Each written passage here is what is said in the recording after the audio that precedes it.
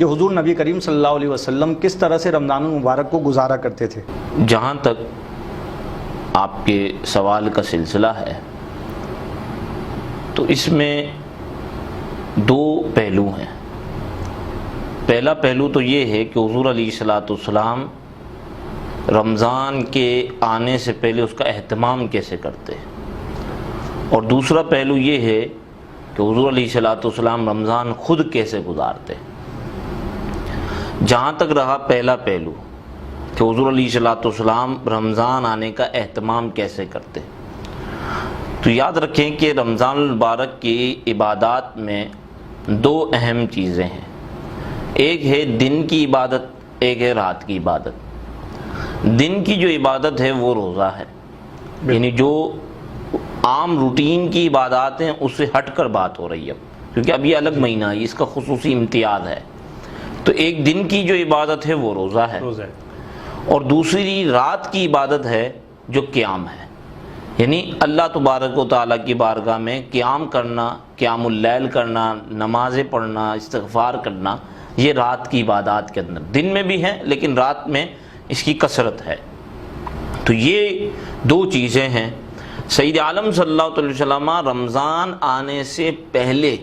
شعبان المعظم ہی میں کثرت سے روزے رکھا کرتے، اور روایات میں آتا ہے حضور علیہ الصلوۃ والسلام اتنی کثرت سے روزے رکھتے کہ گویا کہ یوں سمجھا جاتا ہے کہ رمضان کے علاوہ اگر کس مہینے کے روزے ہیں تو وہ شعبان کے روزے ہیں۔ تو اب شعبان المعظم میں روزے رکھ کر گویا کہ عادت بنائی جا رہی ہے کہ اب جب رمضان آئے گا تو پہلے نفل روزے ہیں، اور رمضان کے چونکہ فرض روزے ہیں، تو اب جب رمضان آئے گا تو اب پہلے سے عادت بنی ہوئی ہوگی، تو اس کا فائدہ یہ ہوگا کہ فرض روزوں میں کوتاہی نہیں ہوگی۔ تو یہ ترغیب امت ہے، تعلیم امت ہے جو سید عالم صلی اللہ علیہ وسلم فرما رہے ہیں۔ اور قیام اللیل تو حضور علیہ الصلوۃ والسلام جو ہے وہ شعبان المعظم بلکہ پورا سال ہی قیام اللیل جو حضور علیہ الصلوۃ والسلام کی عادت مبارکہ تھی۔ سید عالم صلی اللہ علیہ وسلم کی چہیتی زوجہ حضرت عائشہ صدیقہ رضی اللہ تعالیٰ عنہ فرماتی حضور علیہ الصلوۃ والسلام اس کثرت سے جو ہے وہ قیام کرتے کہ حضور علیہ الصلوۃ والسلام کے قدمین شریفین میں سوجن ہو جایا کرتی تھی، اور حضور علیہ الصلوۃ والسلام سے ام المومنین عرض کرتی ہیں یا رسول اللہ صلی اللہ علیہ وسلم، اللہ تبارک و تعالیٰ نے تو آپ کے صدقے آپ سے پہلے والوں کو بھی بخش دیا، آپ کے بعد والوں کو بھی بخش دے گا،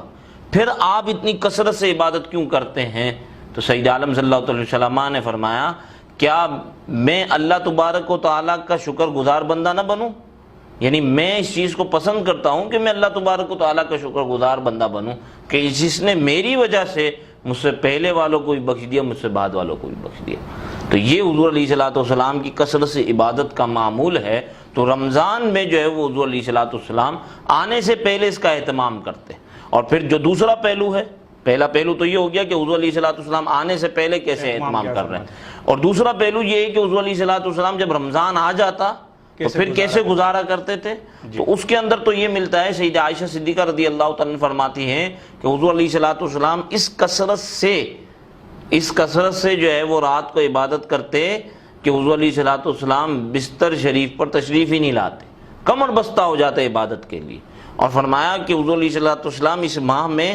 اتنا صدقہ و خیرات کرتے کہ گویا کہ جو ہے وہ اس سے پہلے اتنی صدقہ و خیرات حضور علیہ الصلوۃ والسلام کی جانب سے معلوم نہ ہوتی تھی۔ تو صحیح حضور علیہ الصلوۃ والسلام تو جو ہے وہ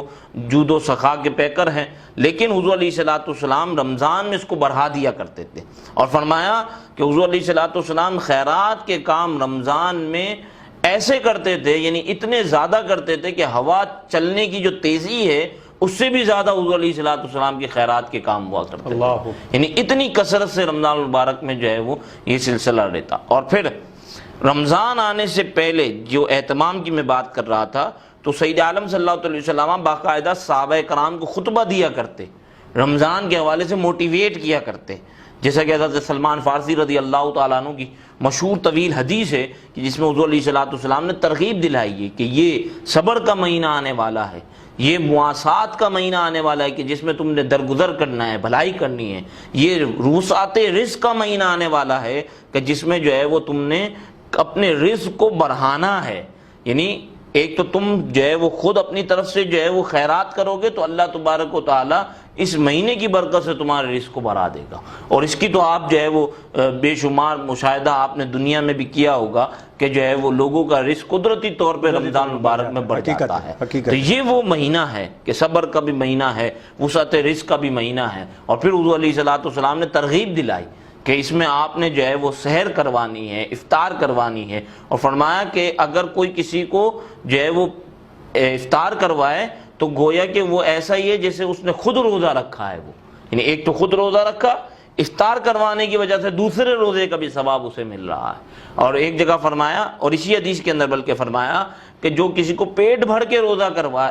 افطار کروائے, یعنی افطاری پیٹ بھر کے کروائے, تو اللہ تبارک و تعالیٰ اسے میرے ہوش سے سیراب کرے گا. تو اتنی جو ہے وہ اہمیت بتلائی جا رہی ہے. اور پھر حضور علیہ الصلوۃ اس مہینے میں فرماتے ہیں, اس مہینے کے بارے میں فرماتے ہیں کہ جو فرض ہیں ان کا ثواب 70 گنا بڑھا دیا جاتا ہے, اور جو نفل ہے ان کا ثواب فرض کے برابر کر دیا جاتا ہے. تو یہ جو ہے وہ موٹیویٹ کیا جا رہا ہے صحابہ کرام کو. رمضان آنے سے پہلے اہتمام ہے, اور پھر رمضان آ گیا تو اب جو ہے وہ کمر بستہ ہو. حضور علیہ الصلوۃ بھی جو ہے وہ عبادات اور ریاضات کے اندر جو ہے وہ مشغول ہیں, اور صحابہ کرام علیہم الرضوان بھی جو ہے وہ پیش ہیں. تو یہ وہ سلسلہ ہے کہ حضور اہتمام کیسے کرتے اور حضور رمضان کیسے گزارا کرتے تھے.